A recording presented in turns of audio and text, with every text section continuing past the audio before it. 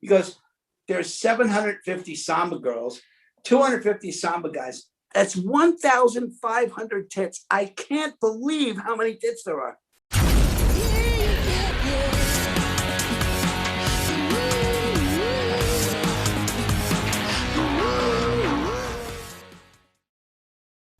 Gee, I can't remember any of those Warner people since I worked for Van Halen for 17 years. Yeah, I was going to ask. So then, are you excited about Wolfgang going out? And then he named his band Let's put it this way, which is so great. Not chasing my daughter around the kitchen table anymore, so that's okay. At least he's busy. Yeah. Yeah, I saw that it's Mammoth featuring Wolfgang Van Halen, and they're opening for Guns N' Roses, which means there is a chance that opening act could be doing 2, 3, 4 hours waiting for Axl to show up. No. You've been to a Guns N' Roses show lately? Yeah, he shows up spot on time every single night. I mean, Dale told me I went in to see him here, right. And I got there late, and I went in the office. I said, they're already on. He said, every night they're on, like right on time now. Every night. And they play close to 4 hours. It's because Slash is back in the band. He's very punctual. Slash is back in the band? Oh, no. Yeah, for years now. What's that Brazilian woman's name? I forget. Beta. Yeah, Beta. She's a lovely lady.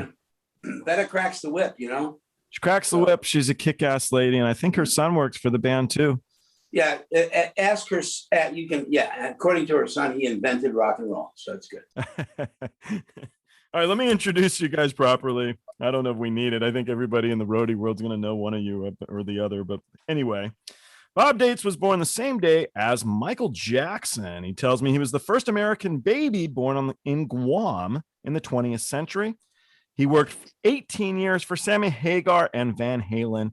He was the first tour manager for Poison. He tour managed Green Jelly, and I'd love to hear some stories about Maynard and the Tull guys back then. He was the road manager for Ike and Tina Turner Review in 1969. Did you know that, Bobby? I did. Not neat. He was the production. I was manager. 10 then. You were 10. I was 12. I think in that year, because my mom was in, they're English. My parents were English, and my mom sold shoes to Tina Turner, and I think it was around that time. Oh my God! Can you imagine how many shoes she probably had? But anyway, he was the production manager for the Outlaws. He's worked for the Rolling Stones, and now he owns a limousine company. And what limo driver doesn't have great stories? Bobby, I'm going to do yours a little unconventional for me. For what I've done is I've been splitting everybody up, and I've been just reading off stuff and giving them a quick narration. What you sent me, I really liked, and I'm going to read it off verbatim. Because so the back end is I bugged Bobby for like 2 weeks to send me a bio, and he sent me something I thought was really nice, man. So I'm going to read the way you wrote it. Bobby Schneider is my second guest. He wrote me this nice bio. Hi, Joel. I decided to be a roadie once I found out what one was. I was at a mountain concert in New York City. I was 13 years old, and I saw a guy go on stage and hand Leslie West a guitar. The light bulbs went off in my head, and I asked the guy who that guy was. And he sarcastically said to me, well, that's a roadie, son. I love this story and the way you wrote it. I started at 15 being a gopher, and here I sit 46 years later, 2 wives and 1 kid in tow. I started with Boston club bands, then Rush, Giles Band, David Bowie, Rickie Lee Jones, Judas Priest, Metallica, Third Eye Blind, Jay-Z, Rihanna, Kendrick Lamar, Kanye West, Beyoncé, and maybe a few in between. I am by trade a production manager, and I still love what I do. I'll speak to you tomorrow. I loved it. And I don't know why, but I think it's there's a lot in there, man. Thank you. I'm glad you took so long to send me your bio. But, to jump back a few years, you're at that mountain show. And what was the allure? Was it that he was handing the guy the tool of the trade that the guy needed? Or no, well, I wanted to play guitar, so I think I had a guitar, and then I had to go take lessons. And I remember learning a couple of folk chords. I had this shitty classical guitar, and you still have the guitar. Yeah, and I said to the teacher, Everyone says yes. I want to play what's in my head. I want to play like Jimi Hendrix. That was my favorite. Sure. And she looked at me. She said, "That's going to take a while." And I'm like, "All right, I'm not going to do this." And the guitar sat. I think I even had an electric guitar. But seeing someone that went on the stage that was obviously an integral part of the show, or something to do with the show, and I knew that I couldn't play guitar, and I thought to myself, I can definitely do that. So what And was I your didn't first really gig? know what that was. And what I left out of the story is I went home to my, New York handbag buying Jewish mother, Yeah. who's, checking my eyes to see. I just told someone else this story. First to check my eyes to see if I was smoking pot. And I had been, but I used Visine. My mom, rest in peace. And she said, "Well, how was the show?" And I said, "Well, the show was okay, but I have found my calling." I'm not sure I even knew that word then. I said, "I know what I want to do when I grow up." And she said, "What?" I said, "I'm going to be a roadie." And she was horrified. Horrified. What is a roadie? Are you going to go told to her that college Leslie West still? was Jewish too, and then she Well, was. hold on. Leslie West was Leslie Weinstein. Yeah. And my guess is Bobby Schneider went to see him at the Beehive in Flushing. No, the theater. Was it the Felt Forum. so it was Mountain. It wasn't the Vagrants back in the day. It was Mountain. Okay. And as it turned out, someone later, she was a handbag buyer. Gary Kerfurst, if you remember Gary Kerfurst, Oh my rest God. in peace. Oh my God. She did business with Gary Kerfurst's father in the Schmata. That's what. Oh my God. That's be a little Jewish. That's the handbag garment industry. Everything's called. I don't even know, what does Schmata mean in Yiddish, Bob? Rag? Schmata means rag. Okay. Yeah. So they're all in the rag business.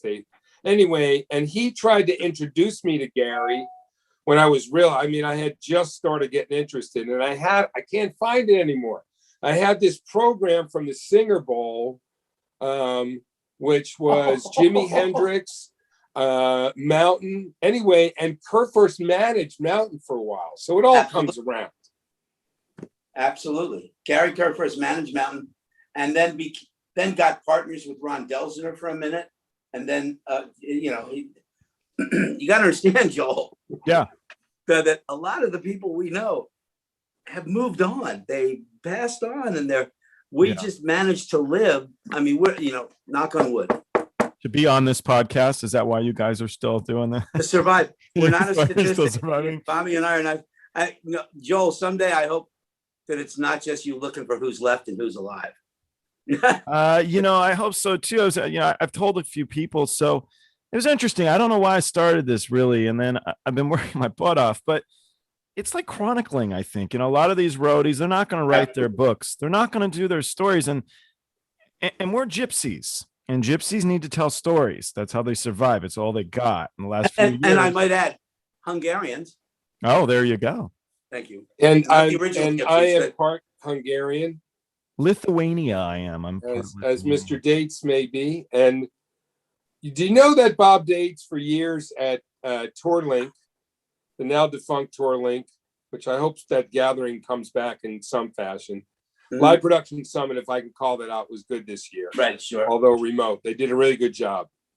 They did. Shout out to those guys and Chris Musgraves. But Bob had invented this panel, which was always the last panel of the last day, called "You Can't Make This Shit Up." And I mean, there was never a better time in a room because people were relentless. It was, I don't know, some of those had to have been recorded. Well, no, I did specifically I use the word carefully because maybe they were lying, but we prohibited recording so people could speak more freely. Oh. And that way, if I was going to tell you a story, I didn't have to use initials or use a reference or metaphor. And we could tell stories about people who weren't there. We could tell stories about people who were there for fear of reproach, for fear of repercussions or reprisals. And that's how that worked. I mean, And this is not a plug, but I run a limousine company. I have 675 musical touring groups that use us. Touch wood. Very lucky. Wow. If I started telling stories about them and broke my confidentiality promise, the last two words in my vocabulary would be job opening. I couldn't tell a story. Question. So starting the limousine company, is that because of the green jelly song about the three little pigs? Did you mimic it off that limo? Because I want that one. I want that limo. Well, listen, I'll tell you about. It's funny you say that because that was a great opportunity for that band to be viewed worldwide. At one point, that video was #1 in 21 countries around the world. Well, I watched it today for the first time in what, decade or whatever it is. And you it's so good. It was such a great saw the claymation. You saw the claymation, but when they did that, when they did it live on television around the world, they had people calling the studio, the managers, you name it, to come in and be a puppet holder, because there were 3 puppets that were in the live performance, not the video. And each puppet was one of the little pigs. So we had people like Kylie Minogue.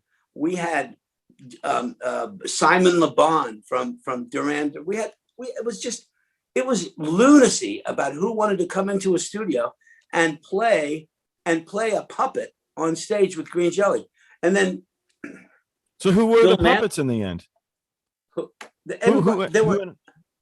most of the time it was me and 2 other people, but it was, but they would hold the puppet and shoot the puppet, and it would be, Kylie Minogue dancing around the stage at Top of the Pops in Amsterdam, and it was just crazy who wanted to be associated with this band because of how brilliant their claymation and time and incredible their timing was. I remember it coming all vividly. Well, it was fun. It was fun, and they were good. They were good. On a good day, as Bill Manspeaker, who still has this band to this day, says, it was the shittiest band in rock and roll, but we had the most fun. Yeah, I saw I pulled up a couple of videos. They got these big heads. Big heads. It was Gwar. It was Gwar.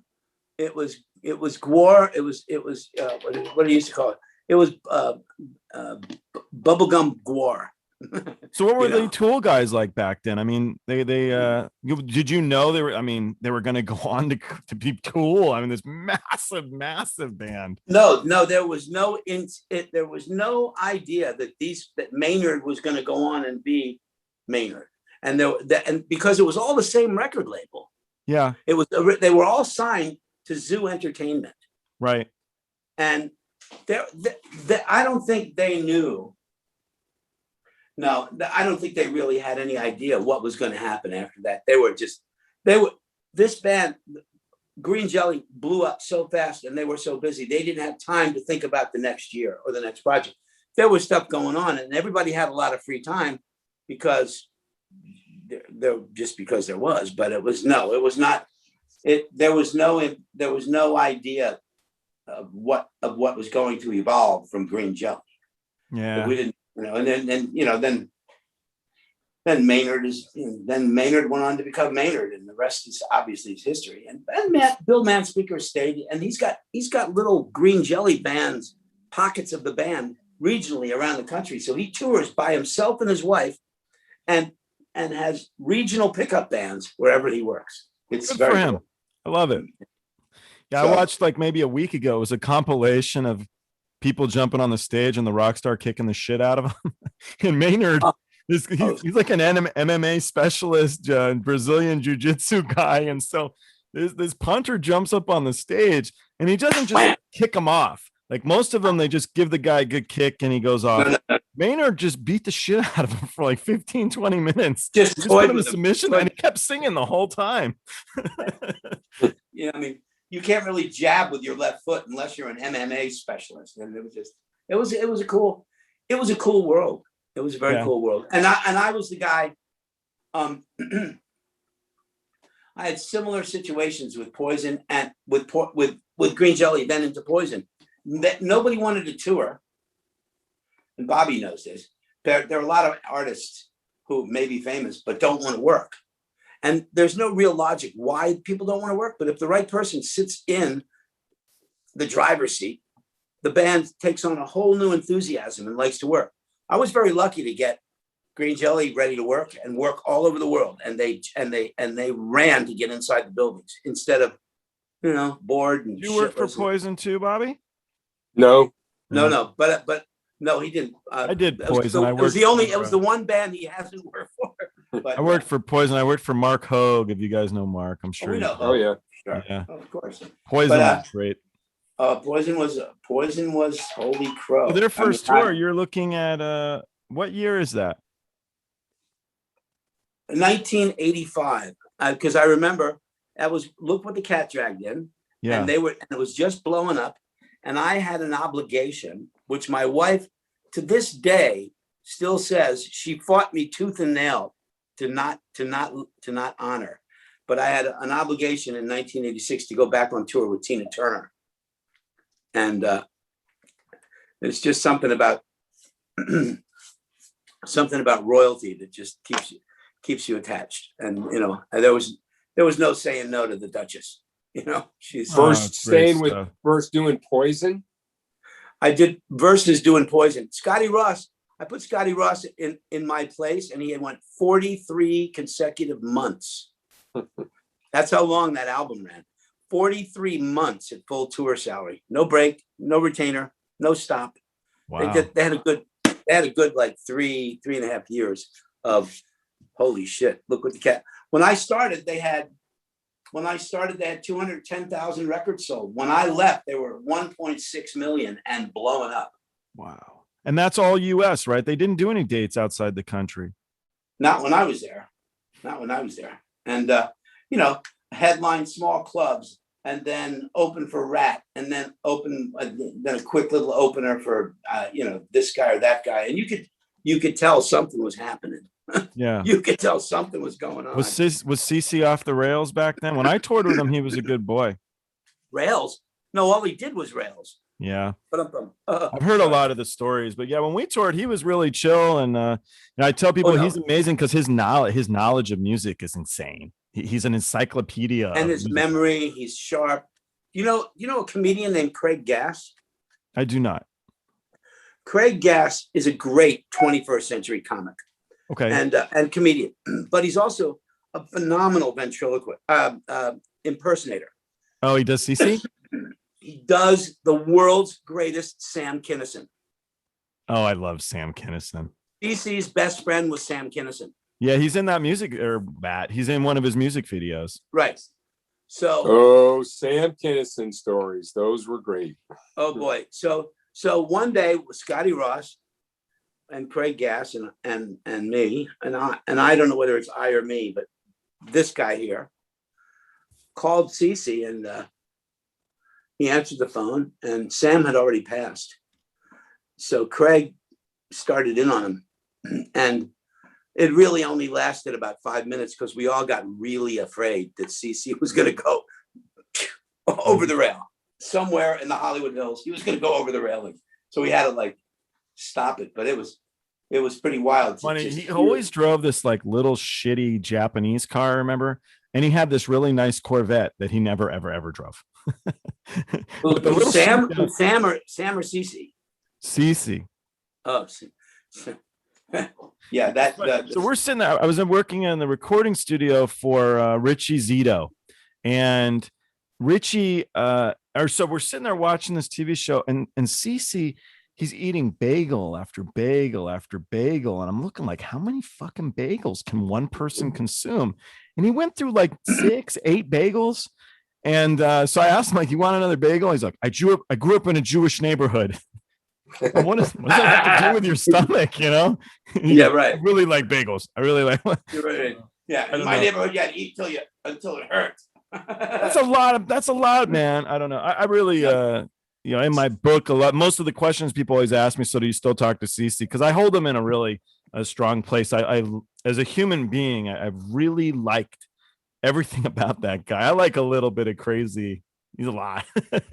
But no, that great guy. Talk about party like a rock star. That's the band that if somebody was getting laid,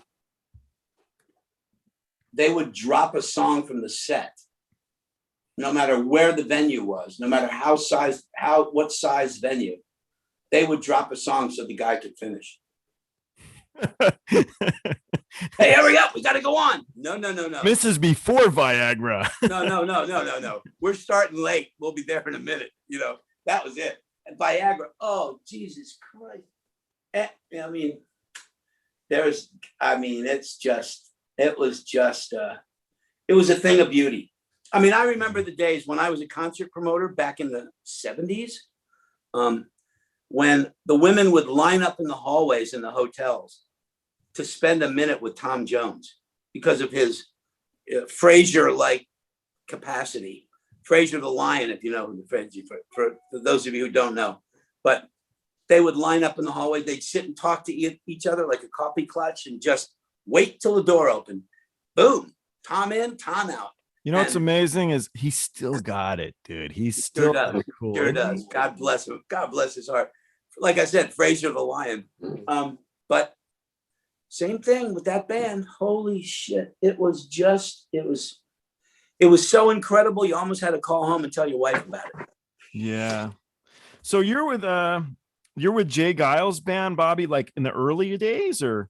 No, just I was around the early days with one band or another. So I knew them, but no, it wasn't until the tail end of Freeze Frame when they had that big year and we revisited and they hired me, and then I was. What he's trying to say nicely, Bob, I think, is like, no, to afford me, it was their high days. Dude. You need to be at a certain budgetary level. Yeah, he's like, I don't know, nobody was little. Get me. The best live band ever, but no, they hired me, and then they put me on retainer, and we were going to go in the studio, and they were going to do their follow up to Freeze Frame, and then they broke up. Oh no. Oh, and what about Rush? Fantastic. Guys, I got my 40-year anniversary Rush wristwatch on. Nice. Right? So what wristwatch? It's Rush. the 40th anniversary, the one they gave out a couple years ago. And I had Martin Popov on here. I don't know if you guys would know him. He's a journalist, really big, very important. And he just came out with Martin Popov. He's a Canadian. And, Canadian, right. Yeah, and he just came out with 3 books on Rush. And so they were a trio. Yeah, it's true. I didn't think about that. I should have brought that up when I talked to him, but I wasn't that astute. I need you, Bob. I need you. I'm available. Yeah. Well, hopefully not for long. Oh no, I unfortunately I don't plan to have a day off for about 2.5 years. Yeah. Oh, it's starting to look that way. No, I'm sitting in my office. Rush. Oh my God. I mean, treated crew better than anyone I've ever seen. What about no. I haven't talked to anybody. Sorry. Didn't they buy their crew their own bus? Well, their backline crew were treated like very well. Yeah, there were 6 guys in the band, the 3 guys on stage and the 3 guys off stage. Hey man, you know what? They had all come up with them. They recognized that. They treated them like family. I mean, what the fuck? What was it hard to treat someone like a human for? Really?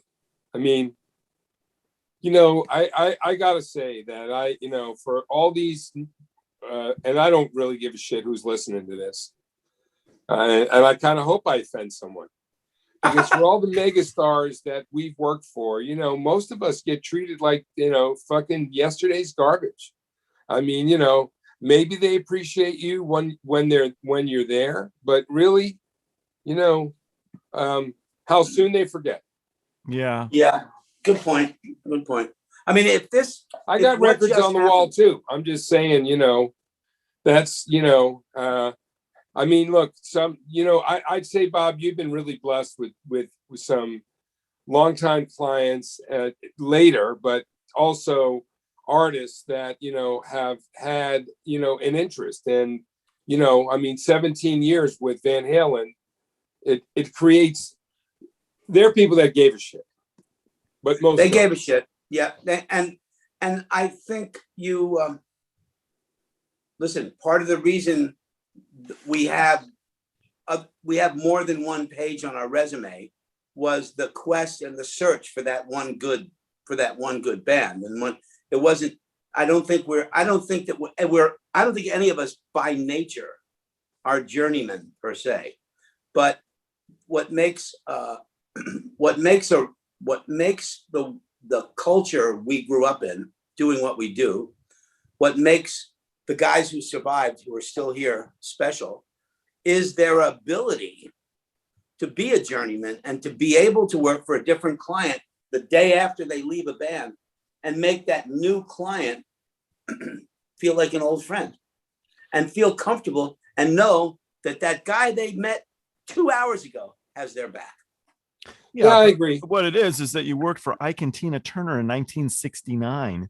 So you kind of come in the room with a couple, a couple guns blazing. I've done this before. This is a rodeo I've been to, boys. So yeah, you didn't have to fill out a form to get a gun back then. Yeah, right. Speaking of Ike Turner, so you got any Ike Turner stories? I mean, was he as brilliant a musician as I would like to think he was? He's very astute. It was very astute, and he always you could with Ike you could always tell when he was thinking. It's like you can always tell when a lawyer is lying. They're talking, right? When Ike wasn't talking and wasn't bossing somebody around, he was thinking about what to do next, and he'd keep an eye on people. He was the consummate band leader. Unfortunately, he also got a little bit bossy, yeah, and obsessive and proprietary, but it was pretty amazing. How he would walk into a room and tell somebody about something they did 2 days ago that he saw them doing that he wanted to correct and fix. But no, back in those days, and I was only 18, and I didn't get that close to the eye of the storm yet. I was young enough that I didn't quite know how to spot spousal abuse and all those other things, which obviously he was notorious for him. But Tina, I'd see Tina with puffy eyes once in a while, but nothing big, but she was, she knew when to walk away. Unfortunately, she also liked to stand and fight. And I can tell you later on in life that I experienced a quick right hook every once in a while, and she could throw a punch, Was she you? Just fooling around. Yeah. She didn't. But she stood like a boxer. She's like one of the guys. You just don't. Oh shit! Boom! And that quick right would take your breath away. But she was pretty special. And Ike was special, but he I don't think he lasted. Yeah, he wasn't meant to last. Yeah. And she's a survivor. So it was good. I mean, I was only 18, and I don't think they wanted to expose me to a lot of the things that I was an assistant. I never really got to get that close to the, to the fire. What was your second gig? Wow. 18, 19, I think from at 18 and then 19, 20, I did a little bit of college and then ended up getting drafted. And unfortunately, because I speak French, I was destined for French Indochina. I was number 32 in the draft lottery. Oh. And I was going. Then I got drafted, and I was living in Washington, D.C. I went to a doctor who just happened to be the allergy director for George Washington University Medical School. She said, do you have any allergies? And I told her about an old situation when I was a baby. She gave me a skin test, and I turned out to be allergic to bees and wasps, which unfortunately they had a lot of in Vietnam. And I went in there to complain about headaches and walked out 4F. Oh, So I had 2 years of college and doing some other stuff. And then I went back and I was up in Syracuse, New York, and I got involved with Orleans. okay. Great band. Yeah. And was playing. I was actually performing with a partner. Now, looking at me now as short little Jewish guy, playing with a guy who had big red hair and a big nose, but played a 12-string guitar. We looked like the opposite version of Simon and Garfunkel. And we did clubs. We did 43 Holiday Inns in 1 year, and went back and did it again. And then I played. Then I got more involved with Orleans, toured a little bit with them, and then got involved with Cedric Kushner, who was a concert promoter, became a promoter rep because I could work better than I could play. There were musicians who were much more practiced and better at what they did, and I could talk a blue streak. So yeah, right. but that was then I became a concert promoter, and let's see, had I met my wife yet? No, I didn't. And a blow dealer, and that lasted for a while. And I had quite a little business going in upstate New York for a long time, with concerts, promoting.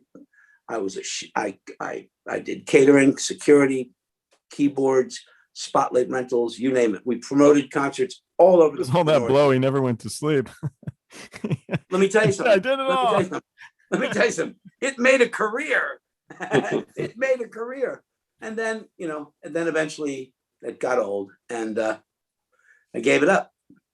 But we had some good times, and it was sort of nice to be the only game in town where I was in secondary markets. And I made a lot of friends and made a lot of lifelong friends, and a lot of people who still owe me money. Well, welcome to the drug world. Yeah. I had a family friend, and he was the jeweler for Tupac and a lot of these rapper guys. And was it Freddie Sessler? No, it was Brian. The guy from Philly. He's Brian. English. No, he was an English guy. He passed away. He passed away too. But with Tupac, they buried him with all the gold chains and stuff. He hadn't paid for any of them. And this guy got left holding the bag. Bobby, did you ever know Freddie Sessler? I'd be digging him up. Yeah, well, might be a lot of gold. Yeah. I don't know. Hopefully nobody digs them up. We'll be stuck. Those two shouldn't have given it away. Did I ever hear of who, Bob? Did you know Freddie Sessler, the guy that was Keith Richards' friend, the jeweler? Oh yeah. I mean, I didn't know him, but I heard all the stories. Legendary. Yeah. There are a lot of jewelers. Pharmaceutical cocaine. Bam. Unbelievable. Bam. I mean, there's stories about it. I mean, the good news is they're all passed on, but the kids, the story from the kids is they were at their house in Hollywood one time, and they're sitting up at the top of the steps in their house. This is the Stones, or this is Freddie Sessler. The doorbell rang. Okay. And they were told to stay upstairs, and Elizabeth Taylor came in, and he traded a blowjob for an ounce of blow with Elizabeth Taylor. That's amazing. I mean, how's that for an Academy Award performance? That's a true barter. Bump there. Wow. He was a drummer. Yeah. It's unbelievable. I have no stories that good. Oh, toured with Metallica. Well, we had, I was there when James bought it in the swimming pool, and did play guitar for a while. Wow. For about 2 weeks, banged his arm up. Oh yeah. Didn't you have a cast on it? Oh yeah. Sang with the cast. The roadie, John Marshall, who was then in Metal Church, played guitar. I was actually just on a thing with him about Cliff Burton, rest in peace. I mean, Metallica, I witnessed that that whole thing start. They had already had some legs in Europe, but they hadn't really hit it here. And so I worked with them on the tail end of the second album of Ride the Lightning. Oh, great. And then album. they went off, and I had never worked for a metal band. So, I mean, I had worked for Boston blues bands. I mean, funk bands. I had worked like Bowie. I'd worked big country. I mean, music, music that I listened to mostly, right? And then I worked at a place in Boston called the Channel, and I was a stagehand there that day. And friends of mine were on the tour. It was Metallica was in the middle, Armored Saint opened, another Q Prime act, and W.A.S.P were the headliner. And the W.A.S.P guys there was some story. Those guys were pretty legendary. And all big, 6'6" dudes, and totally taking advantage of Metallica. Metallica were selling all the tickets. Anyway, they had a drum roadie. I was drum roadie back in those days. And they had a drum roadie that went crazy in some hotel room, got drunk, destroyed the room. They had to fire him. So my friend Bob was out with them. They said, well, you ought to just call. We just saw Bobby Schneider. He just finished doing, drum roadie on David Bowie. And that was the start. And I was Lars's drum roadie and then I sort of took over the production and started trying to, teaching them not to take any shit from anybody and fighting with the W.A.S.P guys every day because I knew Metallica were selling the tickets, and eventually became their tour manager. I was there about 7 years. Oh, long time. Oh, Yeah. whoa. So was Charlie a production manager when you were tour manager? No, I was a tour manager. But was Charlie a production manager when you were tour manager? Who? Charlie Hernandez, because I think he was their production manager for a bit. When I was with them was in the very beginning, and I mean I did everything. Yeah. And then eventually they hired Jake. Okay. Jake, so I don't know. Charlie worked with Jake and did a lot of stadium stuff, and they're partners. And love Charlie and love Production Jake. Alliance, I think. They are. That's right. And Dale Opie. So right. I mean, and Dale was on the road with that Metallica tour. And I'll tell you what, man. I mean, I never really intended to be a tour manager, and I kind of, when I worked for them in the beginning, I did everything. I was the tour and the production manager. But I really wanted to be the production manager. I wanted to go in with the crew. I wanted to set it up. I mean, tour managing was getting a little more different. As a tour manager with a band like that, doing a lot of press, I mean, 5 guys to look after. I mean, Bob knows it's different than, and we toured together as tour managers, right? It's different than being a production manager. And that was what I really wanted to do. Mm-hmm. And if I have, everybody's got regrets. I really wish I had stuck to my guns and said, look, you just hire a tour manager. But since I had already stepped in at that role, like they were like, well, no, you've always been the tour manager. Who would we get? And, Bob was talking a little while ago about us being able to bounce back and forth and, go on another gig. What's really interesting about that dynamic, and I know this was about Party Like a Rock Star, so this is sort of taking on a serious tone. Okay. But whatever. Yeah. I'm just saying that you don't look at work the same way. Like, and that's sometimes to the detriment, because we come in, we work for these bands. Back in the day, we were, some were friends, maybe some were like friendships on the road, and you never really knew which line to cross. Don't do drugs with the band, but then the band asks you to get them drugs, and and then you're doing it with them, and and it was always a weird dynamic. But none of us really ever thought of this as like a job of longevity. Like my father was a builder, right? And my mother was in the garment industry. So when you went to work for a company or you had a job, you never looked that you were going to be doing any other job, right? You never was really it. thought, okay, well, you graduated high school, graduated college, you went and worked for a company, you were groomed, you were promoted, you got a piece of it, a partnership, whatever. We never had any of that. I didn't even really think of it as a job. So, and people now, I believe, treat it differently. I just started mentoring someone, and I've given them that side of it. But I mean, they're serious, you can go to school for it. She's trying to make the right contact. She's networking. I mean, networking to us was calling the agent and saying, hey, who's going out in the fall? And they'd send you a list, and you just start dialing, and find out if they were looking, or you'd be word of mouth. So, we have a certain uniqueness. I'm just, anything more than a tour can be a long time, right? It's true. I mean, you never thought you'd sign on for life until you found that one band where you knew you signed on for life. And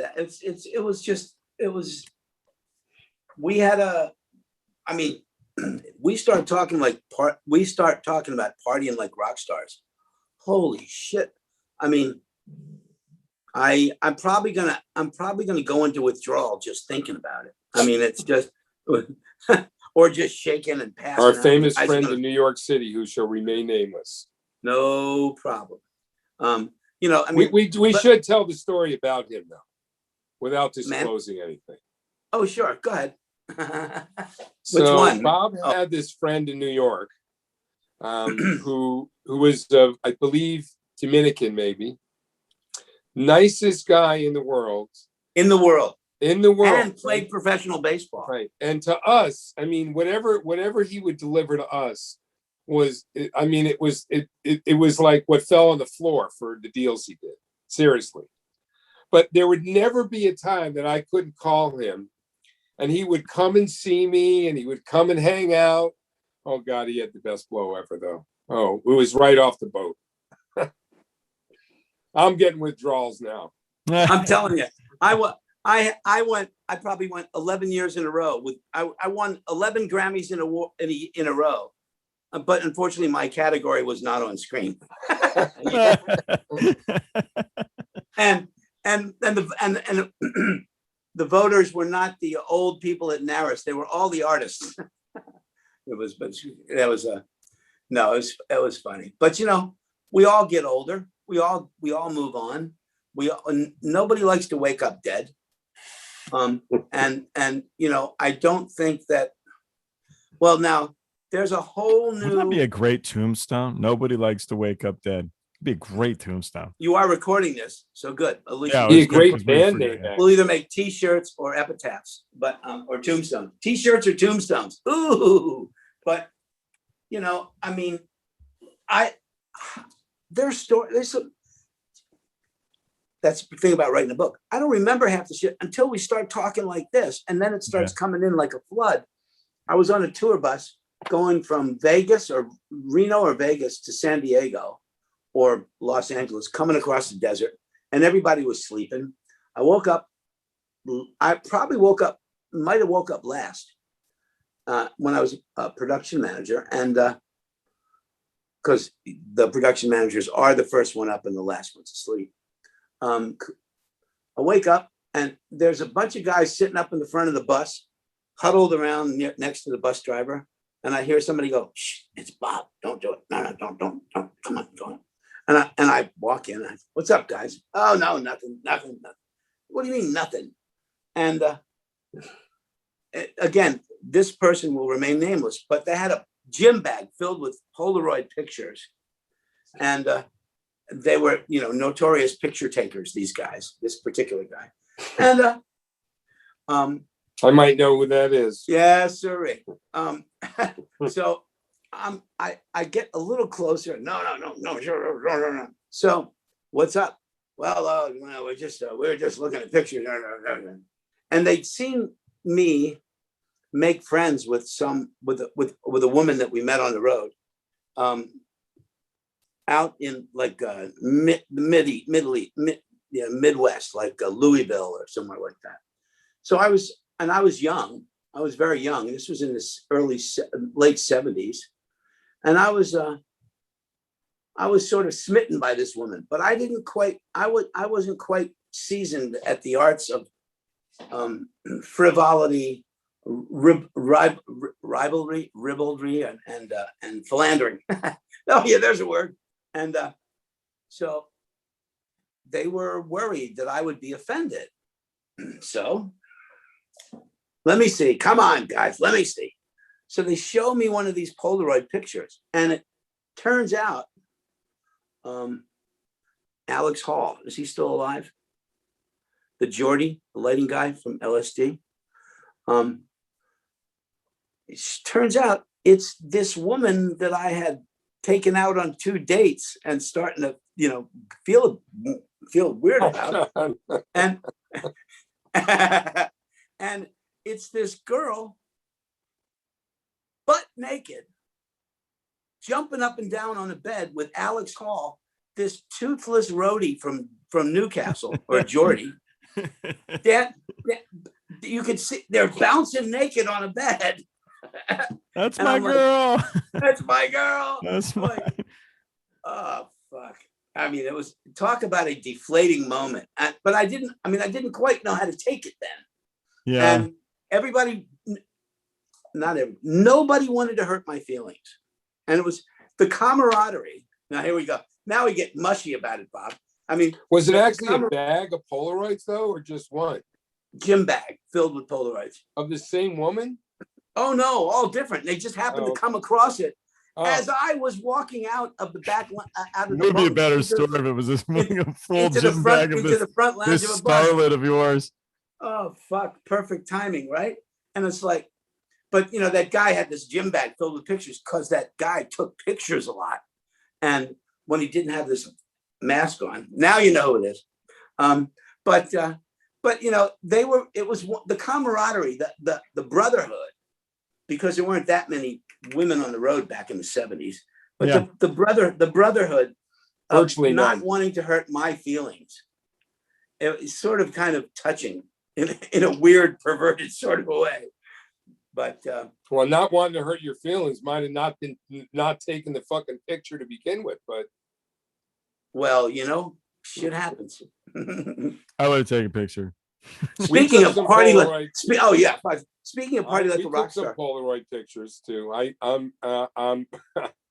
probably can't talk too much about it. Geez, I hope my daughter never sees this, or my girlfriend, or my wife, or your wife, or any. Yeah, it was a pretty misogynist. It was a pretty misogynist world. I mean, if you read like the Motley Crue book, and I mean it was like that. And but if you think about it, I honestly, other than like one girl leaving another one behind and having to get someone to ride home, from Oklahoma City to Chicago, wherever. I mean, no, usually one girl would be on the bus and the other girl wouldn't be out.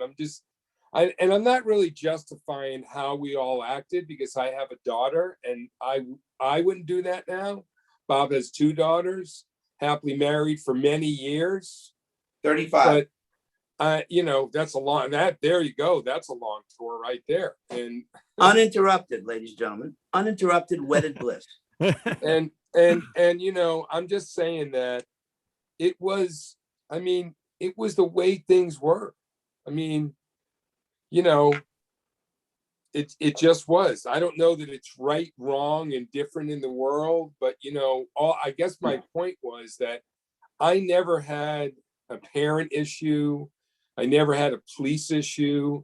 I mean, I can say that I had a couple of close calls, and I always made sure that anything that was going on, as far as I could control it, they, were not underage. But it was a different world. What was accepted then? I read this article about, I don't know, it was Joe Perry doing some interview, and they were talking about drugs. And I mean, basically it was like, look, back in the day, if I offered you drugs and you didn't do it, you would think you wouldn't be cool. But, you know, now that they're sober, you know, being cool is sober, or being sober is cool. It was fun. There's no questions. Any stories anybody listening has heard, they're probably true. Has anybody? And we're too listening? old now, and we're all worried about who's going to hear this, or my daughter's going to say, "You did what?" And it's funny, smarter than you think. She probably not than you think, but she probably She really knows. Listen, I worked for Cyndi Lauper, and we always used to joke about how she would use that walker when she starts singing "Girls Just Want to Have Fun." She'd go walking and walking and walking. But you know, at the end of the day, if she's singing that song when she's 78 years old, God bless her. Yeah. You know? Any way to get across the stage, any way to get from stage left to stage right, you do whatever you got to do. You know. But now, anybody watching this podcast, has anyone ever heard the name Little Rock Connie? Maybe. Oh. Sort of. Yes. Yes. I've got a Raymond Pettibone. I don't know if you guys would know him. He's an artist. He did all the Black Flag covers. So I've got a Raymond Pettibone drawing of her. Before or after the car accident? Oh, well, it's pretty. I don't know. I mean, it's. I guess I could find it and show it to you. But he's like a character. I don't know character, but he's an illustrator, so it'd be hard to tell. But yeah, I mean, there was that was a character. That was. I mean, that was for that woman. She's still going, right? I don't think she's dead. No, she's still alive. She's she's retired her collection. I don't know. You know, she did have some disciples. And, she was training. I got Christmas cards from her for years. Yeah, I think I met her on Poison. I think she came to some Poison show. I think. Listen, she was a school teacher. Wow. She was a tenured middle school teacher. They fired her though when it all came out. She fought it for a bunch of years.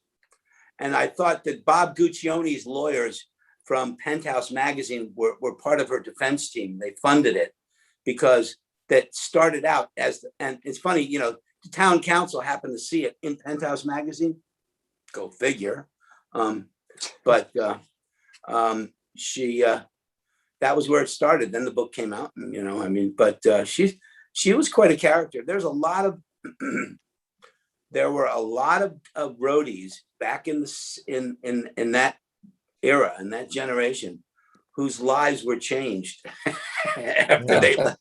They're pulling out of Little Rock. Let me tell you. I mean, holy crap. I mean, it's just astonishing how lives changed after. And what Bobby was saying is, you know, there was a lot of, you know, back in the day, the Woodstock era, the free love generation, 69. I mean, Woodstock didn't end August 6th in 1969. Trust me, it kept. I mean, there's a whole generation of sexual freedom and liberation and everything else that went on through yesterday.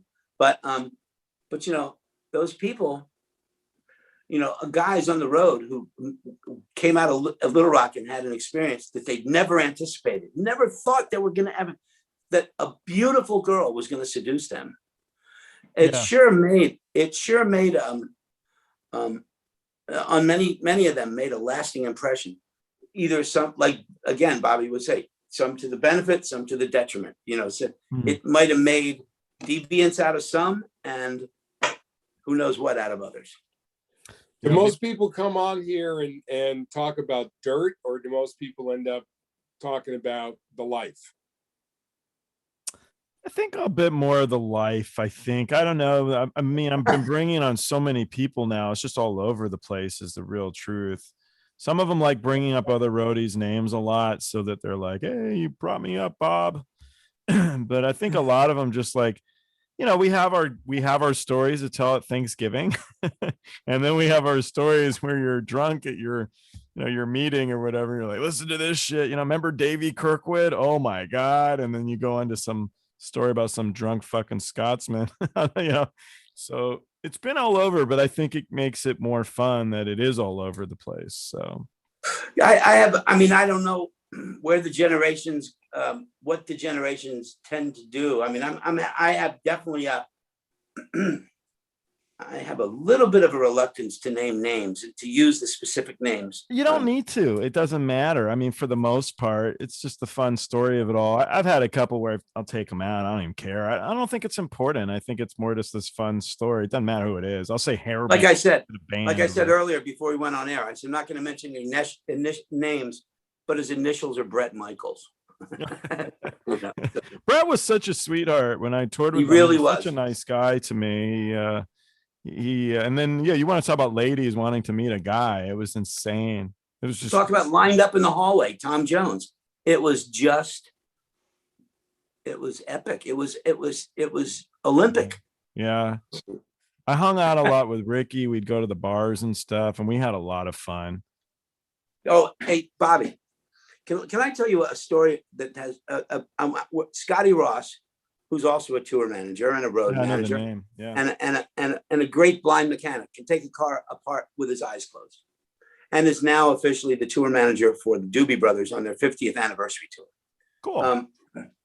Scotty Ross and I go into Amsterdam with Van Halen, and we're going to play a couple of festivals. And Edward Wolfgang Van Halen and Alex Alexander Arthur Van Halen, the two Dutch brothers who were born in Holland, grew up in Holland, moved to America, and spoke Dutch, and Alex still does, every day of their lives. So these were not just guys who moved from Holland and became Valley girls. They spoke Dutch every day, and they still spoke Dutch. To the day Ed died, he spoke Dutch in the hospital. We check into the hotel in Amsterdam, get everybody put to bed. Everybody's down, relaxed. We're going out for a drink. Ed calls and says, "Hey, what are you guys doing? You want to go out for beer?" Okay, we'll go out for beer. So Scotty Ross and Bob Daitz and Ed Van Halen go out for a beer in Amsterdam. It's pretty amazing that we're talking about this casually, but it's like going out. It's like taking Lars out for a beer in Copenhagen. You know what I mean? You're not going to necessarily get recognized, but you're doing it. So we go to a bar, a nice neighborhood dive, crowded bar, smoky, because I think smoking is the national sport of the Netherlands. And Scotty and I sit here, and Ed sits two stools away because it was too crowded.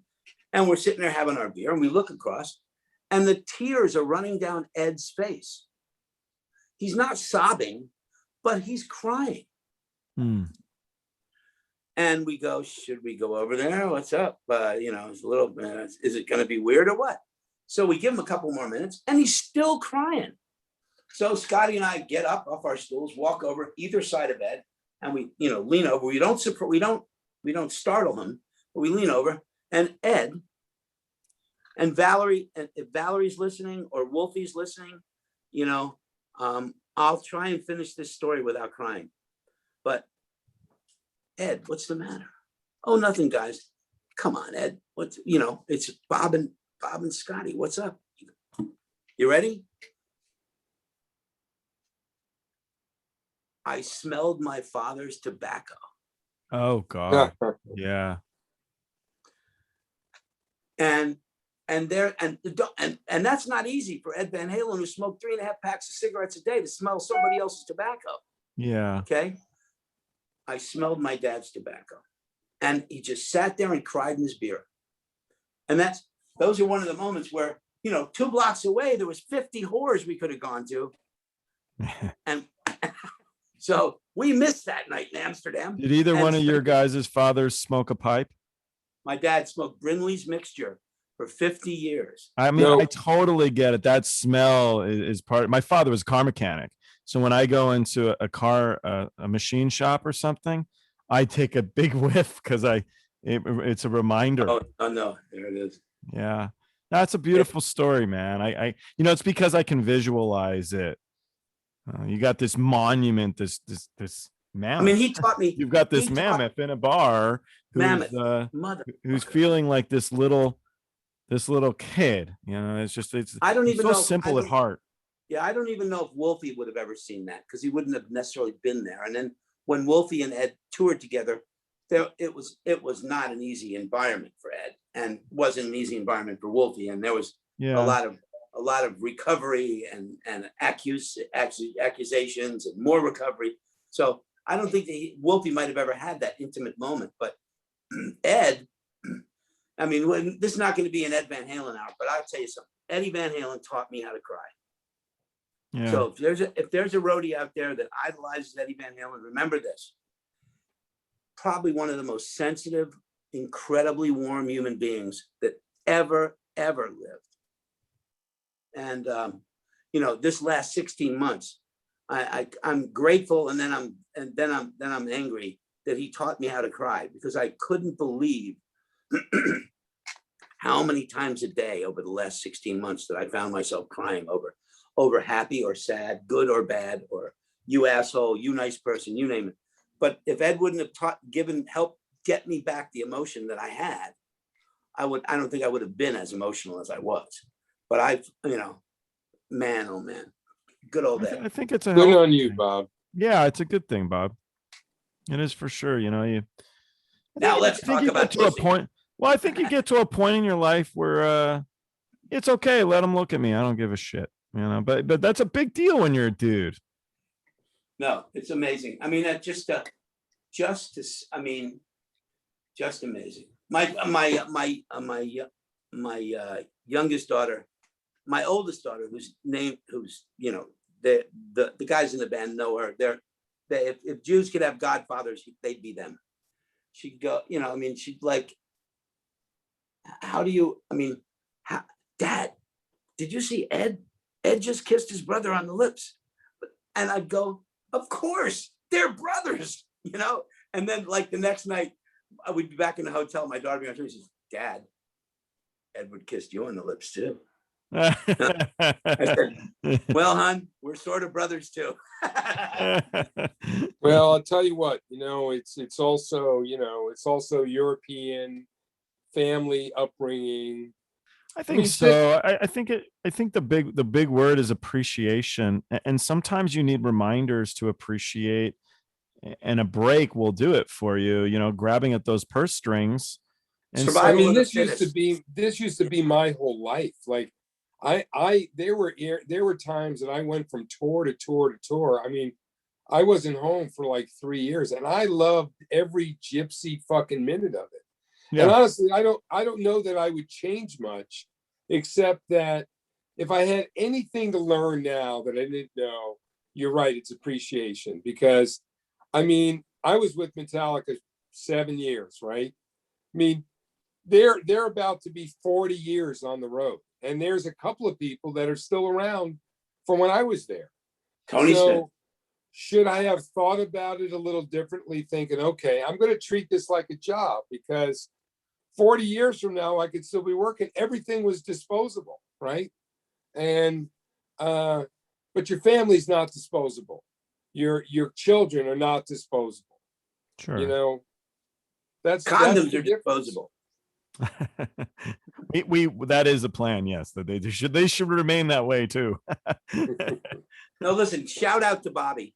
I mean, when you say Sophie to him, the two things come to mind: Sophia Loren, who he calls Sophie, and Sophie, his daughter, who is the light of his life. I mean, and last year he's been feeding people in kitchens and food banks and things like that. Shout out to Bobby Schneider for doing that. Yeah, shout out, sure, man. There's a 21st Century production manager named Jason Zito in Nashville, Tennessee. Yeah, we're trying to get him on. I've had like 3 people request this guy. He's a Green Day tell guy. him I got pictures of him and 2 dogs in Albuquerque, New Mexico. With the cinnamon buns. With the cinnamon buns. And those dogs are going to start telling a story if he doesn't get on the phone. But no, it's funny. Everybody keeps requesting. I don't know him, but his picture on his page is like him and Charlie and all these other guys.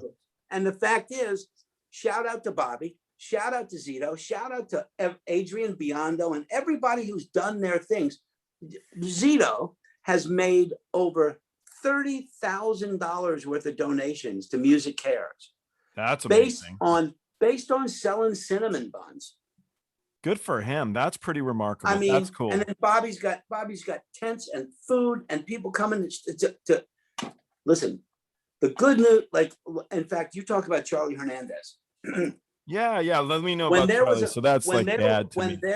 When there was an earthquake in Haiti, and Charlie organized a bunch of roadies who became just a bunch of roadies, and filled a freighter airline and got his charter broker to donate a freighter, and got container companies to donate containers, and trucking companies to bring the containers to the airline, and people to go on an airplane and land in Port-au-Prince, Haiti, and unload planes and take them to churches and hospitals before the government even knew they were there to corruptly steal it. There's shout outs that go on. But in party was like it Rocket Cargo who got it there, or who are David Bernstein? Rocket Cargo, David. All these guys, this is great stuff, man. This is. The party like a rock star doesn't have to be about chasing booty. It can be about party like a rock star, celebrating what and who we have been, what we are, and what we will become. I don't mean to change the format of. It's not changing. We all have walkers now. We're not chasing much of anything, Bob. Absolutely. I got 2 pick lines and a breather. I'm ready. Yeah, I don't know what the chasing. But I think we use our purposes for different. Bob was talking about feeding people. I'm affiliated with it's called the TPA, and it was started by Matt Doherty, lovely Australian man, and Jerome Crooks. Shout out to both of those guys.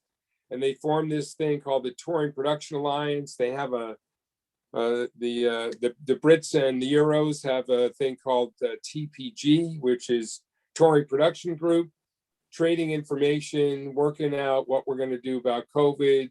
I recently have, and I'm going to freak some people out on this. I recently have, during COVID, I thought I might need to do something else for a living. And I thought about maybe being a life coach, for all the shit I pulled myself through. And also, as a production manager, you have a lot of people you look after as a tour manager, bands, like the story about Ed. This is, even if you're not really truly friends with people you travel with, they're your family then, right? They rely on you. That's love the one you're with right there. That's it. You may not talk to them once the tour's over, but you're in the foxhole together. And anyway, I'm in the middle of doing a teacher training, 200-hour teacher training to become a meditation teacher.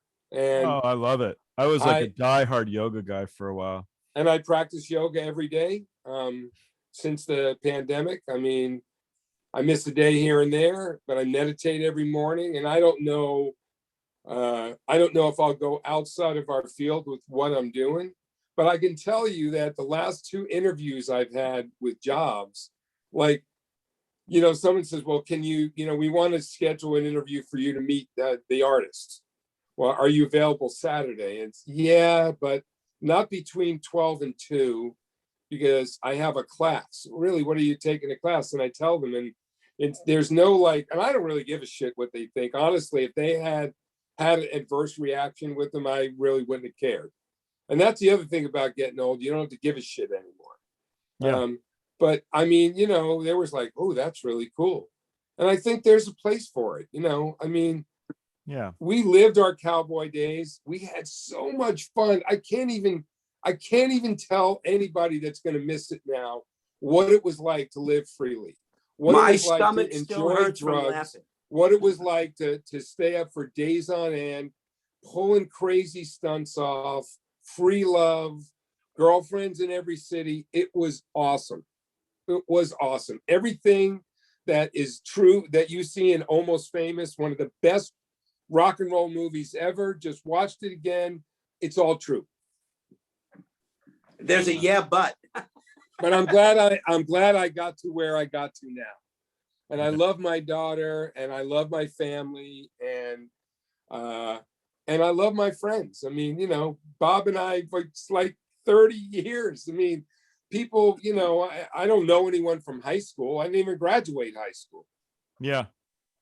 I mean, I said while he was talking, my stomach still hurts from laughing. He and, you know, people like Bobby Schneider and I have laughed so hard that there are muscles that are still scrunched up somewhere in me from laughing so hard.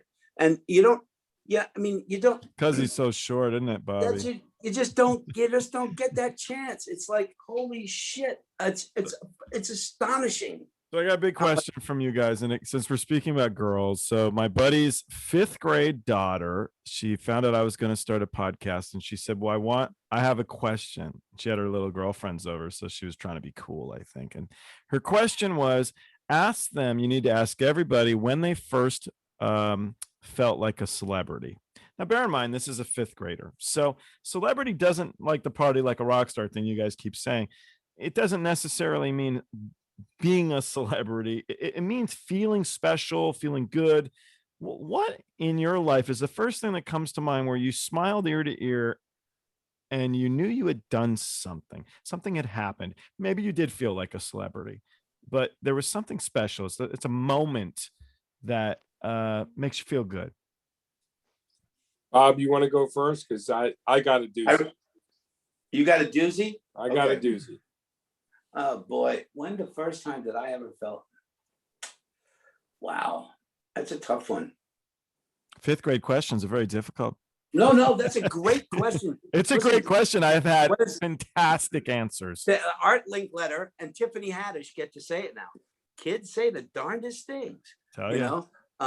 But man, oh man, a famous celebrity. I mean, I've had a few, thank God. I've had a few. I think, one of the coolest things that ever happened to me was in 1986, I was at Maracanã Stadium in Rio de Janeiro. Sure. And for a HBO World Stage, and Tina broke a heel.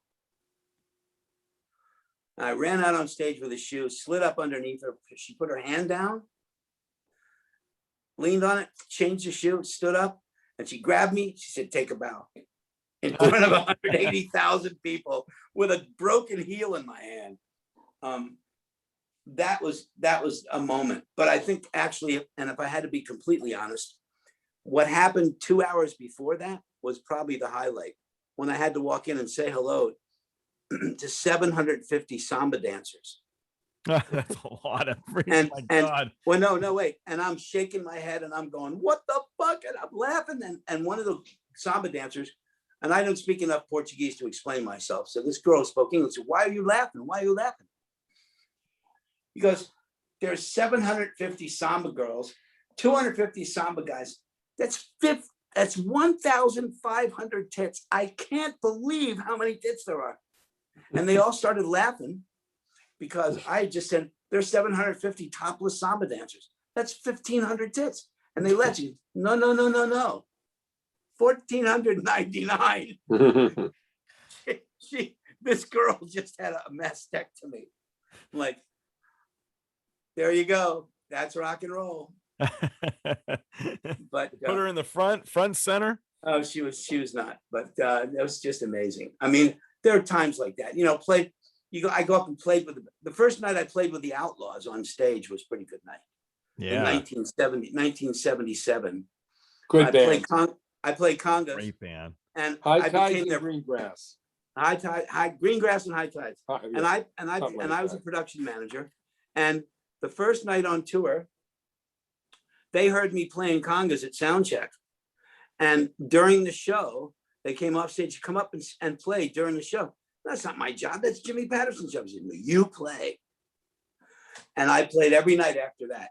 But that first night, after playing Greengrass and High Tides for about 13 minutes, and my hands were getting ready to bleed, the song ended. I got off stage, and they hit me with a spotlight. They said hello to me. I ran off stage and got ready to do a loadout, Bobby. What was but I want to hear Bobby Schneider. I like Rickie Lee. Well, for sure. I could tell you a good Rickie Lee story. I love her music. Did you happen to read her, see any of her book? She's written a book about her life, not really about the music life, but growing up, and she's amazing. I've never worked for an artist that was more in tune with what was going on. This woman can hear an out-of-tune guitar string from a mile away. Huh.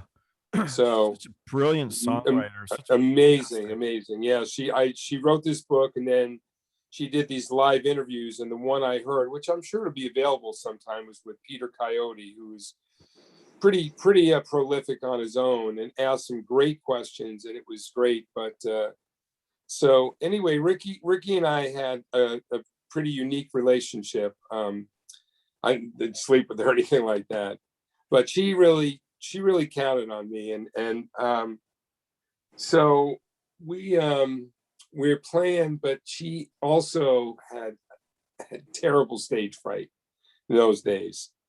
What time are we talking roughly? Early 80s? This is Flying Cowboys. So this is I love this.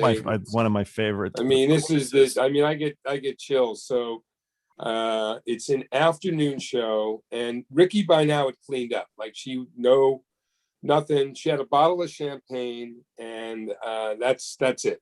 And, wow. And sometimes she wouldn't even touch that. So, well, this was an afternoon show at some outdoor place in Michigan, I think. I can't remember the gig. Anyway, so we started, and it's still daylight, and she was very offended, just like you would be in a theater, like like a Broadway play, that, there's no one walking down the aisle when you're starting the show. There's nothing more disturbing. So we played a lot of theaters and a lot of community theaters, and I had to put her on stage and go run around and make sure the ushers didn't let anyone walk down the aisles, especially on the, in the lower, because she would just stop the show and call these people out. And the ushers are all senior citizens. Anyway, we're in this outdoor venue. This day, I don't know, she had more than a few glasses of champagne before the show started. And she was very nervous, right? And she gets on stage and she starts playing the first song. And some guy is about 7 rows up off, right on the aisle, and he's talking. And she just stops the song right in the middle, and she says, "Hey, mister," she said, did you come to talk? Did you come to fucking talk or hear me play?" And then he gives her lip. He starts, and he doesn't just sit down embarrassed and go, "Oh," right? I don't know who was with that didn't pull him down, but he stood up and he started talking back to her. The next thing I know, the guitar is banging across the stage, right? And because it was a shed with a, it rakes down, and the stages are never that high, it wasn't much of a jump, no barricade. She's off the stage. Rickie is a big woman. I mean, she's tall, right? And, you would not want to screw with her. And she is on this guy, and she's like trying, and the guy's like, hands. He doesn't try to hit her back or anything. She's trying to get to him. I mean, I think she'd swung a couple of times, didn't connect with anything. And I was like 2 steps behind her, and I grabbed her around the waist and I picked her up and I walked her back down to the stage. And by the time we got there, she calmed down and she finished the show, and they threw the guy out. That's great. You ever grab Jay-Z around the waist and carry him off the stage? No. Let's see. Jay, consummate performer, man. That guy is the Frank Sinatra of hip hop. I gotta say, cool as a cucumber. Good Jay story. Similar to Bob's story. Opening, and very few people even know this, even people that were there. Opening Made in America, first year, Jay's headline. So the way the show started, sometimes the microphone was downstage center, lit. Most times he took it in his hand, and then I don't know if we had to stand out there or not, but anyway, there was some confusion. And and they didn't get me on the radio that the mic should be in the stand. So we get to the stage. We do this big majestic walk down. You can see through the back of the stage, Made in America.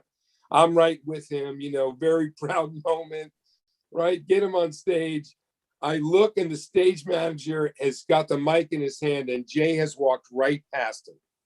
And I'm like, holy, and he's doing this slow saunter out to downstage center where an empty mic stand is lit in a pool of light. So my big bald ass sneaks in behind him. I crouch down. I followed him all the way. He knew I was there. I followed him all the way down to the edge, you know, right to the mic stand. He just stuck his hand, and I mean, I was in the dark. So, and there was no light on him. And he stuck his hand back. I gave him the mic stand, and he just held it up like nothing happened. And I watched the video for the longest time, and you can see I didn't have a black hat on. You can see my head. Nice.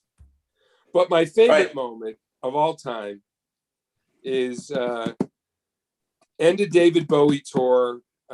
This would be 84. Tour was almost 2 years long. Maybe born around 85, end of 84. It's December, just before Christmas we came home. And the last two shows are in Hong Kong. And for a few days prior to that, he started having the band learn Imagine. And Lennon had just passed it, you know, I mean, the year before, maybe. I don't know. I have to look up the year, but it was close. I was actually also there for that. I won't tell that story. And so he goes to play the song, and he talks about that the last time he'd seen John Lennon had been in Hong Kong at the market and tried on a Beatles jacket. I mean, people are starting to cry already, right? And everybody was emotional. When it comes to the Beatles, I mean, especially honestly in Asia, the Beatles are God there. And I don't even know how many people understood them, but now the band's starting to play the song, right? Everyone is starting to cry. Crew guys are starting to cry. Band guys are starting to cry. The audience is weeping. And in Asia in those days, I mean, people barely stood up. In Japan, I mean, for people to stand up and clap was like out of order to the Japanese police. And we're in Hong Kong now, so it was a little more liberal.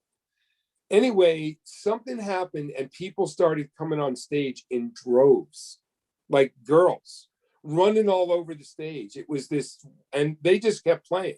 I mean, nothing enough to stop the show. And the security were like, they didn't really know what to do because you're talking like, I don't know, call it 10,000 people. We're all in tears. Seriously, there was this magical emotional moment. And although no one, I mean, you got to figure that maybe half understood English, right? But everyone understood music, and everyone knew the Beatles, and everyone knew what that felt like. And for the rest of my life, I will never, ever forget that. That's a beautiful story, you know, and it's true because we could tell these stupid stories and they're dumb and everything, but it's those moments, you know, for me, and I think it's the same for everybody. It's when you grab your first record, your CD, now it's your MP3 or whatever, and you listen to a song and go, I get to listen to this again. It's that wonderful feeling. It's that in your tummy, like you had said, it makes you feel so good. And it's what I love about. Hey, Bobby, were you ever sitting around with a band when they remotely won a Grammy or something like that? Oh yeah. That's a pretty cool moment. Okay, well, they didn't actually win it, but Metallica is up for the Grammy for Best Heavy Metal, right?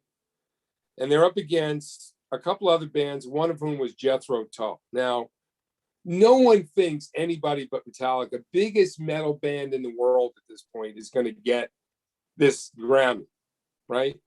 And I mean, we played, and usually it always happens that if you actually perform the song, you're getting the fucking Grammy. And they did one with all the pyro and everything, and I had to have clothes on the side of the stage for guys to change into, because they thought they were going out to get the award. And honestly, I felt such a part of that of course I knew the Grammy wasn't for me, but I was connected, right? I mean, you know, I'd been with them for already a long time, Honor and among I was thieves, young like they Bobby. were. What's that? Honor among thieves, I think. Oh yeah, and they go, and the Grammy goes to Jethro Tull. Oh boy. Was that the And, first you time know, that Lars hit you in the balls? I was right by Lars. They're all in their suits and everything already? Oh yeah, oh yeah. Where'd you guys go to dinner that night? I think we went to the Chasen's. Jake's fresh seafood. No, we went to the Chasen's party. Okay. Best Okay. martinis in Hollywood. What's your one, Bob? What was it where they were they didn't quite get I had Van Halen in a hotel room in like Boise, Idaho somewhere, and they won, and it was pretty cool. But it was just, you know, one of those things where it's just you can't believe you're sitting in a room with these guys, and it's happening. What would you guys tell Wolfgang? He's going on his first tour, big tour, and he's opening for Guns N' Roses, one of the biggest bands in history. And there's a lot of weight on this kid's shoulders, man. You know, passing of your father so recently. What do you think? I would tell him to breathe through his nose and lower his heart rate. Yeah. Right. One day at a time. I would tell him to just chill. I would tell him to right now start getting in shape. But the day you can't walk out on that stage and not be game ready. I would I think a lot of what he needs to know, he already does know. That's what I was going to say. When he was 4 years old and he played his first song on the piano, you knew there was something special about Wolfie. I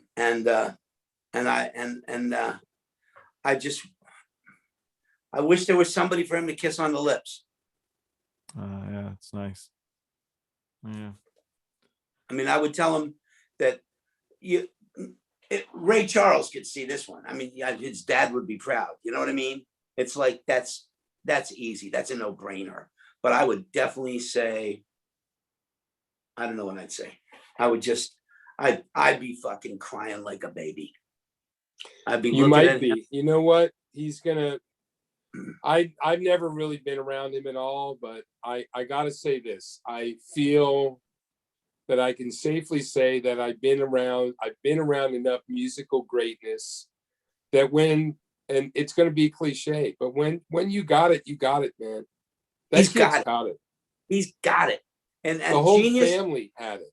I mean, it's hereditary. You know, it's hereditary, but it's also the environment that coaxes you into, you know, finding what's inside. My God, we're like on a spiritual journey here. Oh, okay. Your meditation. No. It was you did an extra hour today. In that case, I got one for you. What do you got? So I'm dating my wife. I'm not married to her. She moved to America from Denmark to live with some asshole who she eventually ended up spending 34 and a half years married to so far. We go, we're at the Canterbury Hotel in Indianapolis. Almost. We had, Almost. We had dinner at St. Elmo's. Gene Dries, the Warner Brothers rep, came back over to the hotel with like 100 shrimp and a gallon of the world's hottest cocktail sauce. So, and Ed and Al still drank. This is, got married in 1986. So this was in 1985. So we proceed to drink in the Canterbury Hotel lobby and drink. Trust me when I tell you, it wasn't in my mind to try and outdrink Eddie and Alex because there was no calculating.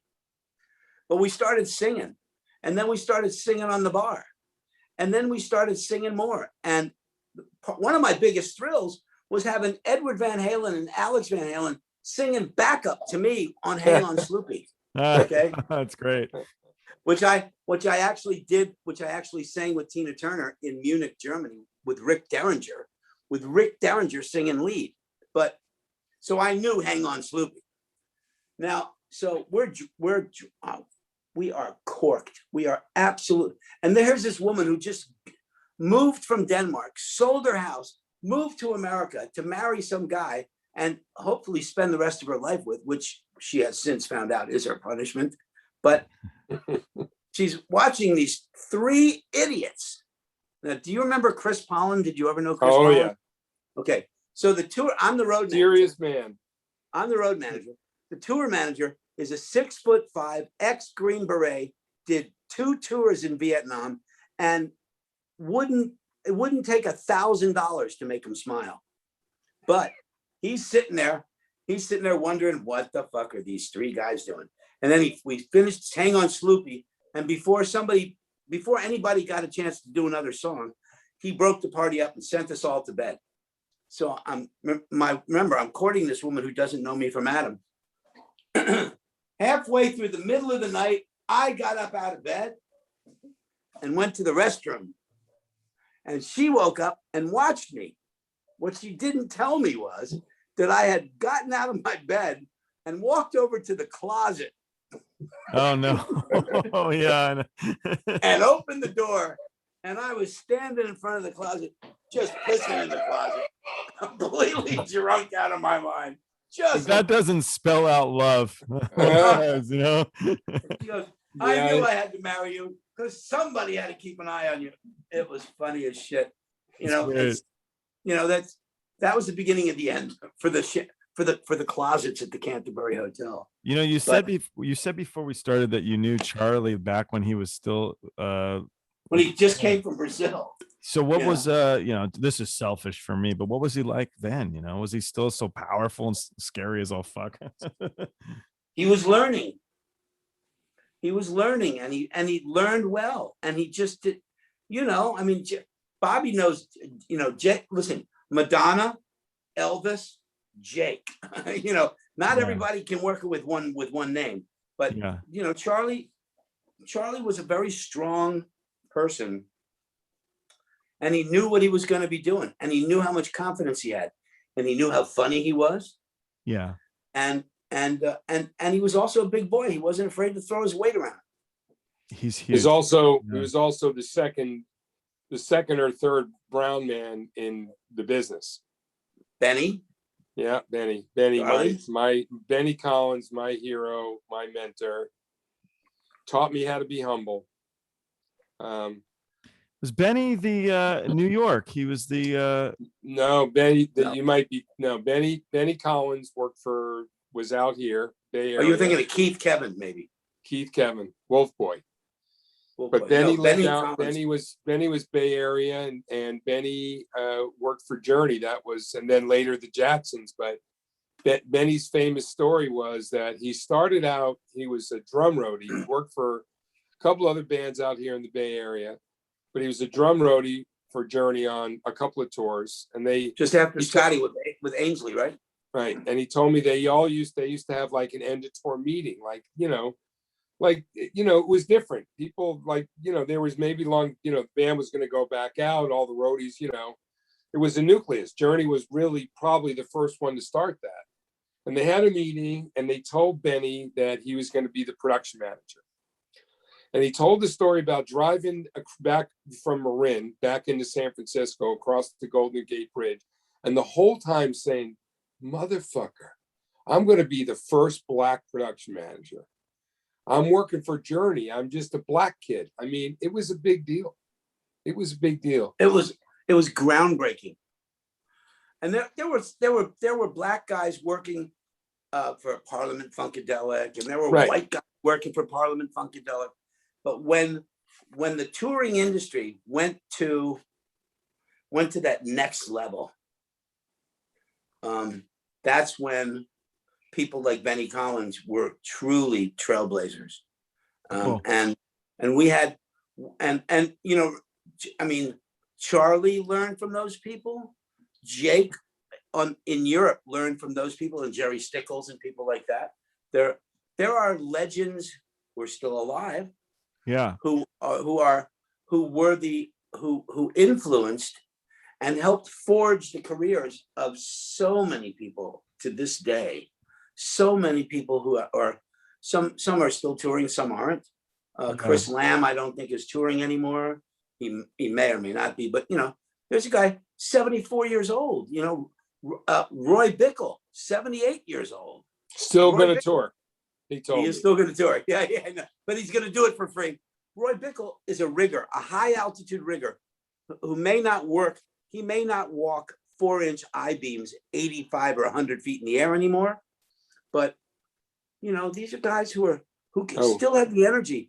I went to my 50th class reunion for high school. Yeah. And we're all the same age. And I was the youngest guy in the room, thanks to rock and roll. That's nice. Well, I was living a little bit of life too. It's not pushing that pen. No, true. Yeah. True. I was pushing a bunch of other stuff. Well, we know. Oh, yeah. Yeah, I don't know. Well, I appreciate it for what it's worth. You guys inadvertently, or you guys all helped me make who I am, and I always appreciate it. The Charlies of the world are, we're jackasses, we're misfits or whatever that might need a little bit of pushing in the right direction. For me, it was a guy named Doug Weiss and Charlie. Oh, Dougie Weiss, of course. Yeah, these guys were really helpful in putting me in the right direction, and it's something I'll always appreciate. So, did you ever struggle to teach Dougie how to spell his name the right way? It's a tough one. I don't know. Yeah, I don't know. Doug, I think Doug was like in the beginning. Oh God, he was just infuriated because I wasn't like silver spoon in the mouth. I didn't know shit. I'm the tour carpenter. I've never swung a hammer. So he was just like, I mean, who the fuck hired this guy? But I had a heart, man. I had a heart. And so I know every now and then it'd just be like, I just can't believe it. So Doug, there's generation by generation, there are wonderful success stories. And because the touring industry is so insular that that we know those stories by generation. The newest generation success story is Jersey Joe Scars, who came to Tourlink and got up in front of 300 people and said, "My name's Jersey Joe. I want to go on the road. What do I need to do?" And Jake Berry said, "Come to dinner with me." And wow, that's a nice dinner. And now he went to the upstaging dinner with Robert and Robert Carone and all those guys. Yeah. And Mark Spring and all those guys, and went to dinner, kept his mouth shut, but got invited. And now he's a production manager, he's a production assistant. Now but he survived. He quit his job, gave up school, went west. And Jersey Joe. Me and Jim Digby co-parented Jersey Joe for the first few years. So I will say credit where credit is due, that Digby really instilled some great things in Joe, and I think I did too. And I'm friends with him to this day. And I'll tell you what, man, you got to give people a chance. I just started being a mentor on top of all my other philanthropic activities. And it's a real commitment. It's through a company called Well Done. And they've been around for about 10 years. And they actually match your, what somebody wants to do to what you do. This young woman, Divya, is just graduated from Florida State. And we've had 2 meetings, and it's very exciting. And I think I've brought a lot of people along, but never in a committed kind of thing to where, you're accountable to Well Done because they've chosen you and they've trusted you, and you're accountable to this person. And how things change. Mentoring back in the day, like for you, was Dougie and Charlie yelling at you, "Hurry the fuck up. What the fuck did you do this?" Yeah, right. Oh, I was so bad. I was so green. I mean, they would you want to talk about laughing. I mean, God, I'd get on the bus and they'd be just laughing. They must have some fun with you. What did Charlie Hernandez teach you? Oh, he taught me how to roll a joint with one hand. Thank you very much. Charlie did. So did you ever lose your pass around Charlie? So I got we were Charlie had me and like 2 people, 3 people, I don't know, small crew. We were flying to the next gig just to get it ready. And I left my wallet and everything on the bus. So we're in the airport and we've got to get to the next gig. I don't have any Hi, idea. Angie. All I have is my Red Hot Chili Peppers tour laminate. And I go up to the desk, you know, and I show it to him because it's all I have. And it's these two, I remember it's these two big black guys. And on the back of the tour laminate is me in an afro wig. So, but it does say Joel Miller, you know? And the guys just kind of look at each other. I'm like, I'm not fucking with you. I really I do need to get on the plane. And so they call over their boss, and the boss just kind of looks at me, and he's another black guy. And I mean, we're talking big afro wig. And he just kind of, he hands me the plane ticket and doesn't say anything. So I'm sitting down and the roadies are just, I mean, crying with laughter. And Charlie's like, everybody shut the fuck up, and you shut the fuck up right now. And so everybody shuts up, you know, we're all afraid of Charlie. And so then we get on the plane. And then he just kind of looks over. He goes, this fucking kid's going to pull this shit off. And I mean, everybody could laugh. And I mean, everyone, just the whole plane erupted. And I don't know, they let me on the plane. But can you imagine that they let me on the plane with a tour laminate with me with an afro wig? But the thing is you were flying to Nairobi and they wouldn't let you off the plane. You know what was even funnier? I had my Leatherman on me and I hadn't checked it in.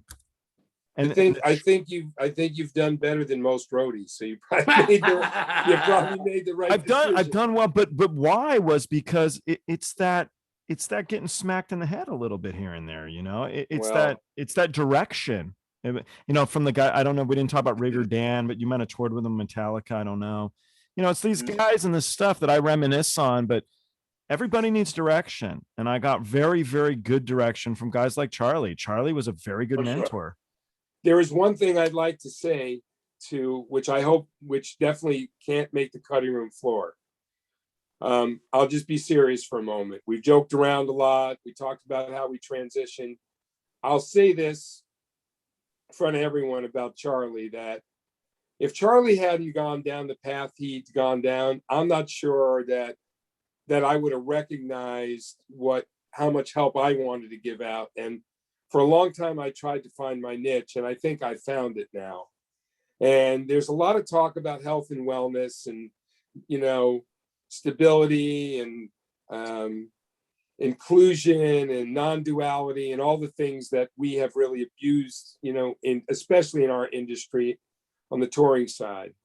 And I'm part of a collective that doesn't have a name, doesn't have a boss, where we're trying very hard to collect all the factions that are helping people with professional help. We're not therapists, but to try to gather all these factions in to work united and for people to actually do something and not just talk about it.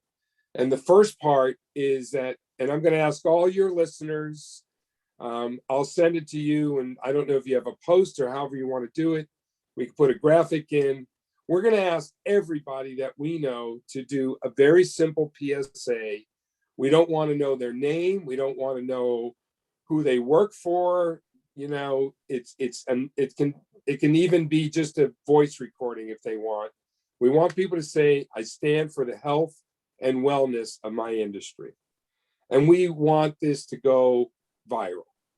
We want everyone to have, a dog in the hunt here. Everyone to have some say in how we navigate what's going to happen next. And because it's going to be, it's going to be different out there. You know, tours are going back out.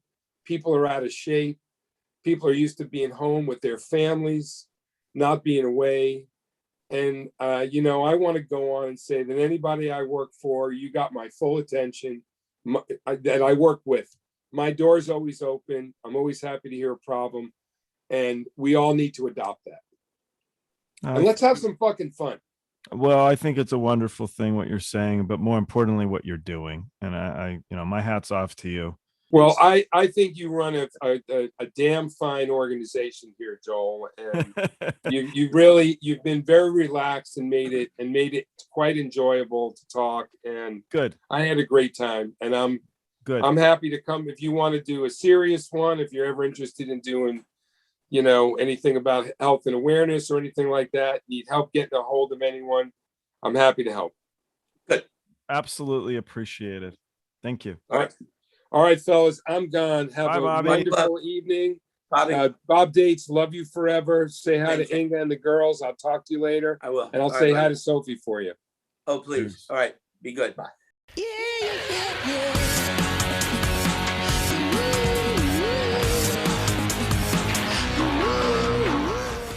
Hey, thanks for watching Party Like a Rock Star.